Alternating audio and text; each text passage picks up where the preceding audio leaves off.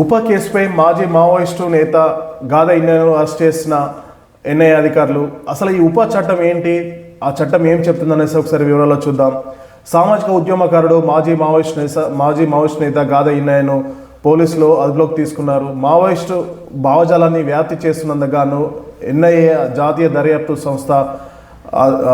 సంస్థ అధికారులు ఆయన్ను అదుపులోకి తీసుకున్నట్టు తెలుస్తుంది. జనగామ జిల్లాలోని జాఫర్గఢ్ మండల కేంద్రంలో గాదా ఇన్నయ్య నడిపిస్తున్న అనాథాశ్రమానికి వెళ్ళిన ఎన్ఐఏ అధికారులు గాదా ఇన్నయ్యను అరెస్ట్ చేసినట్టు తెలుస్తుంది. ఈ ఏడాది సెప్టెంబర్లో ఛత్తీస్గఢ్లో జరిగిన ఎన్కౌంటర్లో కేంద్ర కమిటీ సభ్యుడు భూపాలపల్లికి చెందిన కేంద్ర కమిటీ సభ్యుడు కట్ట రామచందర్ రెడ్డి మృతి చెందిన సంగతి తెలిసిందే. రామచందర్ రెడ్డి అంత్యక్రియలో పాల్గొన్న ఎన్నయ్య ఆ తర్వాత అక్కడ మీడియాతో మాట్లాడారు. మావోయిస్టులకు అనుకూలంగా వ్యాఖ్యలు చేశారని, చట్ట వ్యతిరేక కార్యక్రమాలకు పాల్పడుతున్నారన్న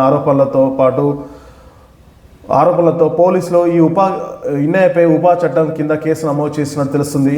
రామచంద్రరెడ్డి అంత్యక్రియలతో సహా సభలో పాల్గొనడం, నిషేధిత తీవ్రవాద సంస్థలను ప్రోత్సహించడం, మావోయిజం ఉద్యమానికి సపోర్ట్గా చేసి మాట్లాడడం, దాని వల్లనే అరెస్ట్ చేస్తున్నట్టు నోటీసులో పేర్కొన్నారు. ఈ క్రమంలోనే ఎన్ఐఏ అధికారులు ఆయనను ఆశ్రమంలోనే అదుపులోకి తీసుకున్నట్టు తెలుస్తుంది. గతంలో ఈ ఉపా చట్టం కింద అరెస్ట్ అయిన వారిలో ఎక్కువ మావోయిస్టు సానుభూతి పరులే ఉన్నట్టు తెలుస్తుంది. గతంలో దేశవ్యాప్తంగా పలువురు మేధావులు, సామాజిక కార్యకర్తలపై ఉపా కింద కేసు నమోదు చేశారు. భీమా కొరేగావ్ కేసుకు సంబంధించి ప్రముఖ విప్లవ కవి వర్రావు ఉపా చట్టం కిందనే అరెస్ట్ చేశారు. అలాగే ఢిల్లీ యూనివర్సిటీ ప్రొఫెసర్ సాయిబాబా కూడా మావోయిస్టులతో సంబంధాలు ఉన్నాయన్న కారణంగానే ఆయన ఉపా చట్టం కిందనే అరెస్ట్ చేసినట్టు తెలుస్తుంది. 2020లో జరిగిన ఢిల్లీ అల్లర్ల కుట్లలో పలువురు విద్యార్థులపై కూడా ఉపా కింద అదుపులోకి తీసుకున్నారు. పలువురు జర్నలిస్టుల పైన కూడా ఉపా చట్టం కేసులు నమోదైనట్టు తెలుస్తుంది. అసలు ఉపా కేసు అంటే ఏమిటి? దేశ సార్వభౌమత్వాన్ని, సమగ్రతను కాపాడేందుకే 1967లో చట్ట వ్యతిరేక కార్యకలాపాలు నిరోధక చట్టాన్ని తీసుకొచ్చారు. దీన్నే ఉపా అంటారు. 2004-2019లో ఈ చట్టంపై పలు సవరణలు చేయడంతో పాటు ఇది మరింత శక్తివంతంగా మారింది. సాధారణ కేసుల్లో చూసుకుంటే నేరం నిరూపిత వరకు నిందితుడు నిర్దోషిగానే ఉంటాడు. కానీ ఉపా కింద కేసు నమోదైతే మాత్రం నిందితుడు తాను నిర్దోషాన్ని నిరూపించుకోవాల్సి ఉంటుంది. ఈ బాధ్యత అతనిపైనే ఉంటుంది. ఈ చట్టం కింద కేసు నమోదైతే బెయిల్ రావడం చాలా కష్టం.